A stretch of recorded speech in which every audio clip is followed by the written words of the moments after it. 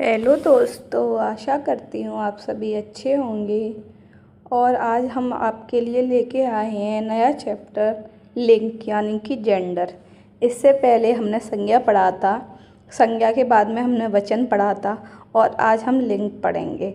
इसके बाद हम कारक के बारे में जानेंगे, क्योंकि वचन, लिंग और कारक ये तीनों ही चैप्टर आपके संज्ञा से रिलेटेड हैं। इसलिए मैं इन तीनों चैप्टरों को एक साथ लेकर के आई हूँ। वचन में हमने जाना कि एक वचन और बहुवचन क्या होते हैं और उन्हें कैसे कैसे परिवर्तित किया जाता है। और आज हम जानेंगे लिंग के प्रकार। यानी कि पहले वैसे मैंने आपको कल बताया ही था, वचन में संस्कृत में 3 वचन होते हैं, एक वचन, द्विवचन और बहुवचन। और हिंदी में हमारे 2 वचन होते हैं, एक वचन और बहुवचन। ऐसे ही संस्कृत है, संस्कृत में भी हमारे 3 लिंग होते हैं, पुल्लिंग, स्त्रीलिंग और नपुंसक लिंग। और यहाँ हिंदी में हमारे पुल्लिंग और स्त्रीलिंग होते हैं। तो आज हम इन दोनों के बारे में जानेंगे और किसको कैसे परिवर्तित किया जाता है उसके बारे में भी जानकारी हासिल करेंगे। तो चलो अपना चैप्टर शुरू करते हैं। तो सबसे पहले पढ़ते हैं हम लिंग या जेंडर किसे कहते हैं।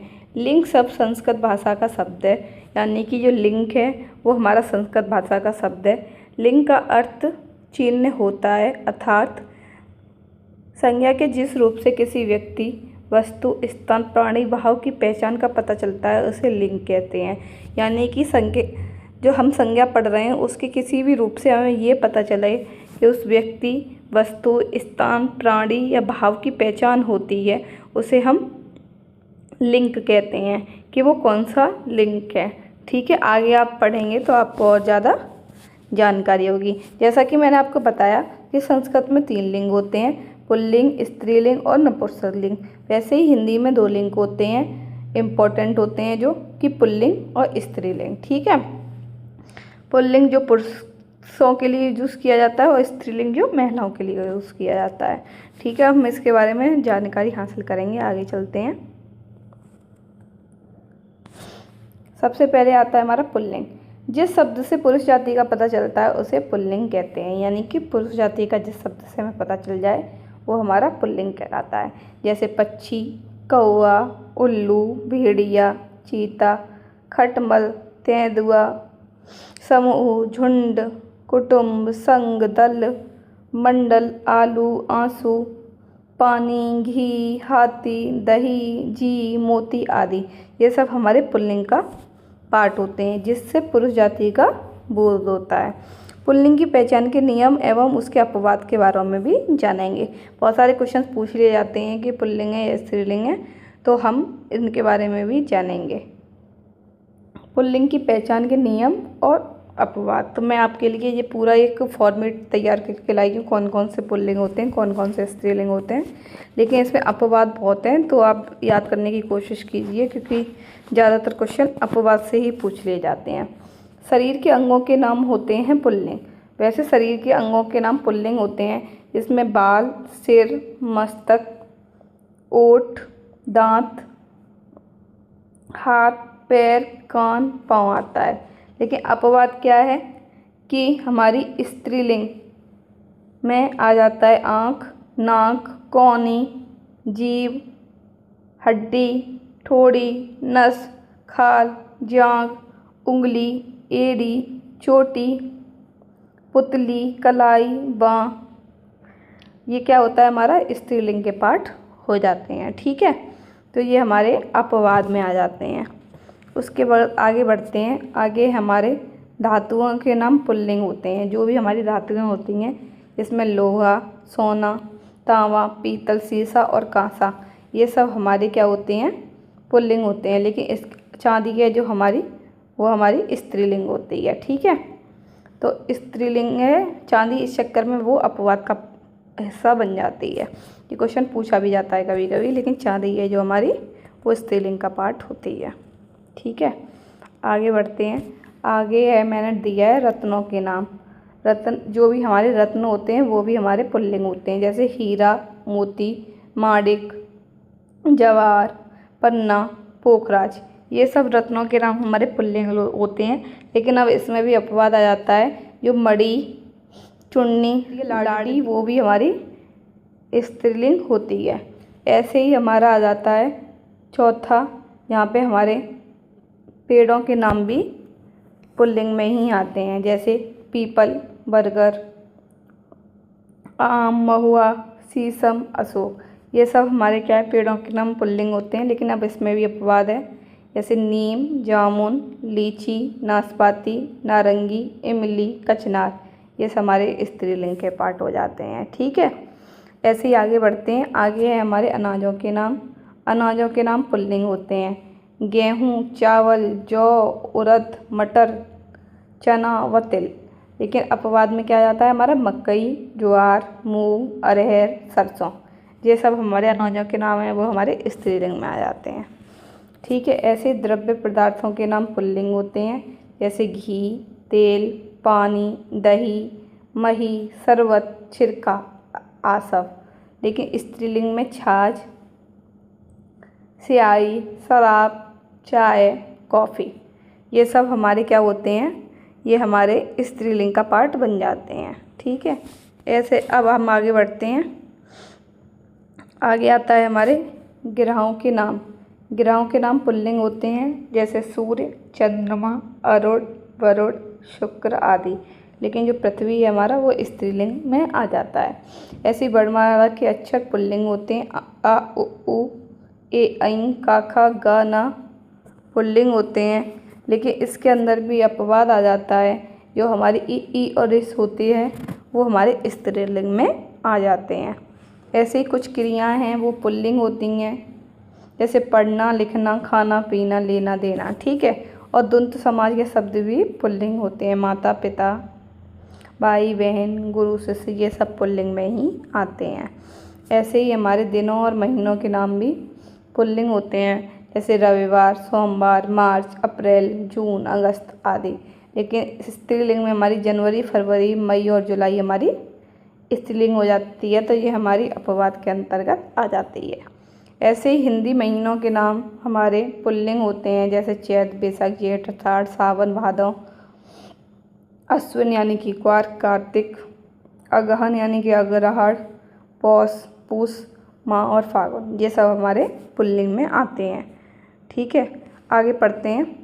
आगे है हमारे भोज्य पदार्थों के नाम पुल्लिंग होते हैं। जो भी हमारे खाने वाले भोज्य पदार्थ होते हैं, उनके नाम पुल्लिंग होते हैं, जैसे पुआ, पेड़ा, भात, रायता, समोसा, चॉकलेट।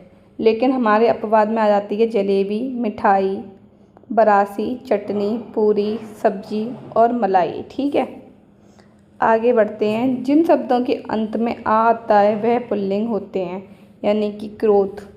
तो क्रोध के अंदर क्या आ रहा है, ध। तो ध धन आ, तब बनाना धा। तो जिनके अंत में हमारा छोटा आता है, वो हमारे सारे पुल्लिंग में आते हैं, जैसे धर्म, घर, परिवार, नृत्य, कला और आज। लेकिन अपवाद में क्या है हमारा, जय स्त्रीलिंग होता है, जबकि इसके लास्ट में भी आ रहा है। और जो विनय होता है वो हमारा उभयलिंग में आ जाता है। ठीक है, आगे बढ़ते हैं। आगे है हमारा जिन शब्दों के अंत में आ आता है वो हमारे पुल्लिंग होते हैं, जैसे पहिया, कमरा, घोड़ा और गधा। लेकिन अपवाद में क्या है, दया, माया, ममता, अज, आत्मजा, सुता, तन्या, शुक्ला और मिश्रा। ये सब हमारे स्त्रीलिंग के अंतर्गत आ जाते हैं। ठीक है, और आगे है हमारा जिन शब्दों के अंत में पा, पन, न लगा होता है वो पुल्लिंग होते हैं, जैसे कि बुढ़ापा, मोटापा, लड़कपन, बचपन और पान।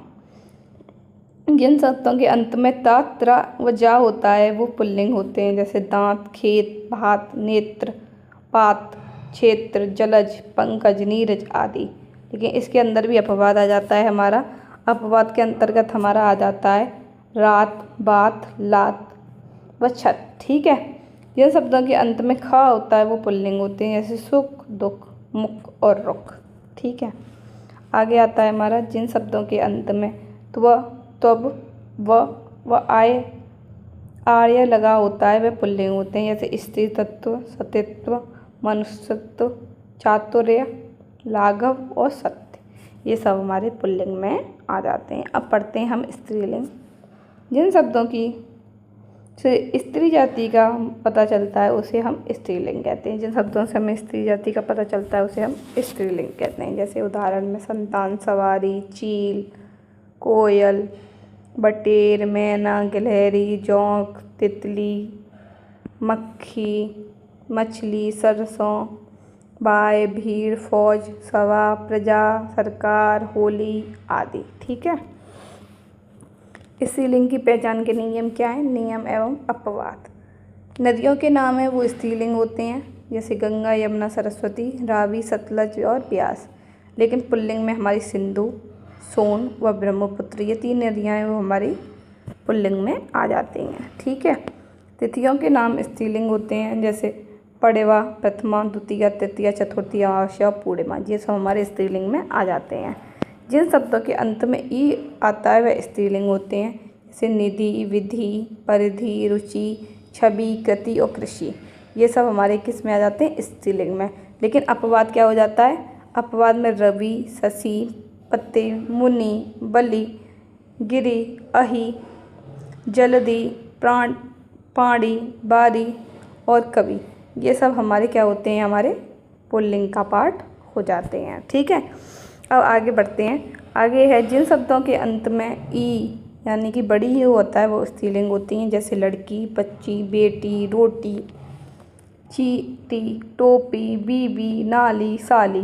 लेकिन पुल्लिंग में क्या आ जाता है? हाथी, मोती, घी, पानी और दही, ये सब हमारे पुल्लिंग में पार्ट हो जाते हैं क्योंकि ये इसका अपवाद होते हैं। आगे बढ़ते हैं। आगे है हमारा जिन शब्दों के अंत में उ होता है वो स्त्रीलिंग होते हैं, जैसे वायु, रेणु, रज्जु, वस्तु, धातु और मृत्यु। ठीक है। अब अपवाद में क्या आ जाता है हमारा? मधु, अश्रु, शतु, केतु, जंतु, राहु, हेतु, निशंकु, वेणु, ये सब हमारे क्या हो जाते हैं? पुल्लिंग के पार्ट हो जाते हैं। ठीक है। आगे बढ़ते हैं। जिन शब्दों के अंत में ऊ होता है वो स्त्रीलिंग होते हैं, यानी कि बड़ा ऊ होता है वो स्त्रीलिंग होते हैं, जैसे कि हमारा आया झाड़ू, झाड़ू, बालू, लू और दारू। अपवाद के अंतर्गत क्या आ जाता है हमारा? आलू, आंसू, जनेऊ, घुंघरू और गेहूँ, ये सब हमारे पुल्लिंग के पार्ट हो जाते हैं। ठीक है। आगे बढ़ते हैं। जिन शब्दों के अंत में ना, ता आता है वो स्त्रीलिंग होते हैं, जैसे मधुरता, मृदुलता, प्रार्थना, वेदना, कल्पना, प्रस्तावना, सुंदरता, प्रभुत्ता, जड़ता। लेकिन इसमें भी अपवाद है, जैसे लेना, देना, पीना, खाना, पढ़ना, लिखना, ये सब हमारे पुल्लिंग हो जाते हैं क्योंकि ये इसका अपवाद होते हैं। ठीक है। ऐसे पुल्लिंग से स्त्रीलिंग बनाने के जो नियम होते हैं वो कैसे होते हैं? जिन शब्दों के अंत में अ और आ होता है तो स्त्रीलिंग बनाते समय ई कर दिया जाता है। ठीक है। यानी कि अगर छोटा और बड़ा होगा तो हम इसको ई कर देंगे अगर हम स्त्रीलिंग को बना रहे हैं तो। ठीक है। जैसे कि हमारा है देव, तो छोटा है इसके अंदर तो ई हो गई बड़ी, तो ये हो गया हमारा देवी। ठीक है। नर का नारी, गोप का गोपी, यहाँ पे शायद ई करते हैं बड़ी। ठीक है। तो हमारा आगे बढ़ते हैं। ऐसे ही ब्राह्मण का ब्राह्मणी, पुत्र का पुत्री, बंदर का बंदरी, हिरण का हिरनी, गधा का गधी। ठीक है। ऐसे ही कुछ उपनाम हैं, वाचक, व्यवसायवाचक, जातिवाचक शब्दों के अंतिम स्वर का लोप इन या आइन प्रत्यय जोड़कर किया जाता है, जैसे कि शुक्ल का हम शुक्लायन, मिश्र का मिश्रायन, तेली का तेलिन, पंडा का पंडितायन, माली का मालिन, ठाकुर का ठकुरायन, लाला का ललायन, हलवाई का हलवाइन। ये इनमें से ये इम्पोर्टेंट है। ठीक है। इनमें से क्वेश्चंस पूछे जाते हैं परीक्षा के पर्पज़ से। आगे बढ़। ठीक है।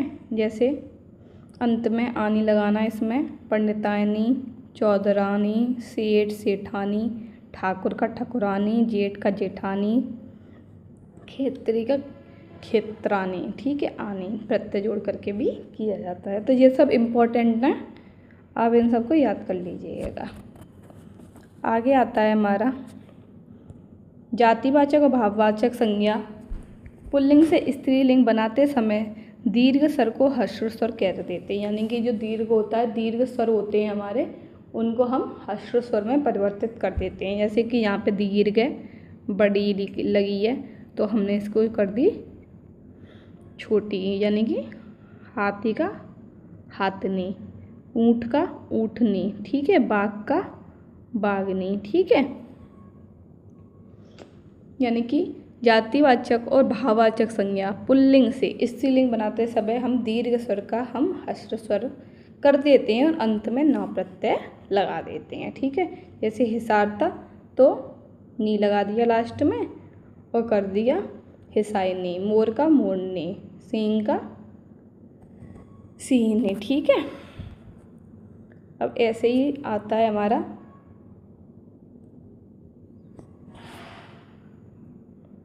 संस्कृत भाषा के ऐसे शब्द जिनके अंत में वॉन मान प्रत्यय लगा होता है, उन्हें स्त्रीलिंग बनाते समय वॉन का वती और मान का मती हो जाता है, ठीक है। जैसे श्रीमान का हो जाएगा हमारा श्रीमती, आयुष्मान का आयुष्मती, बलवान का बलवती, धनवान का धनवती, बुद्धिमान का बुद्धिमती, पुत्रवान का पुत्रवती, भगवान का भगवती, ठीक है। ऐसे ही संस्कृत के आकारांत शब्द को स्त्रीलिंग बनाते समय त्रि प्रत्यय जोड़ा जाता है। जैसे कि कर्ता का कर्त्री, दाता का दात्री, रचयिता का रचयित्री, राजा का राजगिरी, धाता का धात्री, नेता का नेत्री, विद्वान का विदुषी, ठीक है। आकारांत शब्दों इसलिए त्रि जोड़ा जाता है, ठीक है। ये इम्पोर्टेंट है, एग्जाम के पॉइंट ऑफ व्यू से इम्पोर्टेंट है, ठीक है। अब मैं आपको एक थोड़ी चीज़ें और बता देती हूँ। जैसे कि अब आपको मैंने ये सब पढ़ाया कि स्त्रीलिंग क्या होता है, पुल्लिंग क्या होता है, ठीक है। लेकिन क्या है, अब इसमें आपको दिक्कत हो सकती है कि इतने सारे शब्दों को याद तो किया नहीं जा सकता है, तो आप इसे कैसे पढ़ेंगे, कैसे जानेंगे। तो आपको स्त्रीलिंग और पुल्लिंग पहचानने का जो सबसे आसान तरीका है वो ये है कि आप क्या करें, उसकी क्रिया जो देखते हैं ना, क्रिया कि अगर आप उसकी क्रिया क्या लग रही है, यानी कि आप किसी भी वर्ड को जब हम लिखते हैं, जैसे कि आँख, मैंने आँख खोली, तो आप क्या करेंगे ना, जो आपकी क्रिया लग रही है ना, जो भी क्रिया आप प्रयुक्त हो रही है, आप उसका उस वाक्य के साथ में जो भी वर्ड दिया है वो पूछ रहा है कि आपका पुल्लिंग है या स्त्रीलिंग है, उसके साथ में आप जो भी क्रिया का प्रयुक्त कर रहे हैं, मतलब जो कोई भी क्रिया लगा रहे हैं, उससे आप जानकारी हासिल कर सकते हैं कि जो आपकी वर्ड है वो आपकी स्त्रीलिंग है, पुल्लिंग है। तो जब खोलिए, जब ये स्त्रीलिंग हो रहा है तो हमारी आँख भी स्त्रीलिंग होगी। ऐसे ही बाल है, मेरे बाल हैं, बाल जैसे मेरा सिर है, तो मतलब इन सब में क्या है, हाथ चलाया, चलाया यानी कि पुल्लिंग हो गया, मैंने काम किया, ठीक है।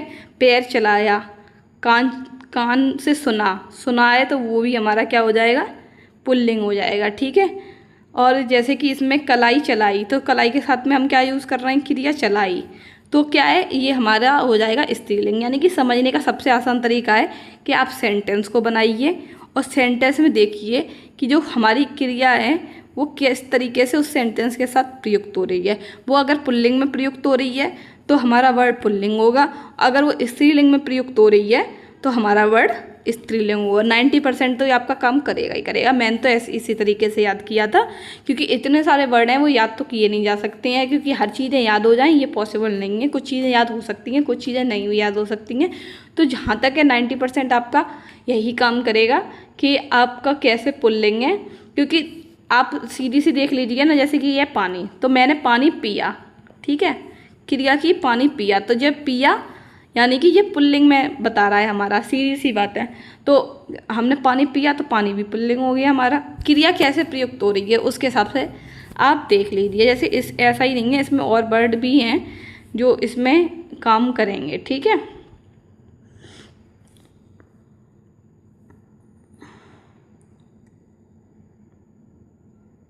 ये आपके हर वर्ड में ऑलमोस्ट काम करेगा कि कौन सा स्त्रीलिंग हो सकता है, कौन सा।